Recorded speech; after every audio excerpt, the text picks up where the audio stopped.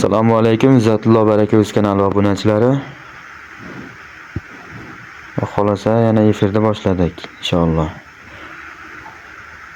2000 hozirgi sana 2026-yil 22-fevral haftaning yakshanba kuni. Mana Shved bo'g'ozimizni afzal qilamiz hozir. Shved bo'g'ozimiz birinchi qoringa 7 oylik kuragini endi yordi. O'yiga 7 oylik. Bo'yiga 1.30 plus. Mana sog'imlari ham. Birinchi qoringa yuvoshligi. Sog'imlar oq yelim. O'ta chiroyli janob. Kuragini endi yoribdi. Orqadan ko'rinishlari.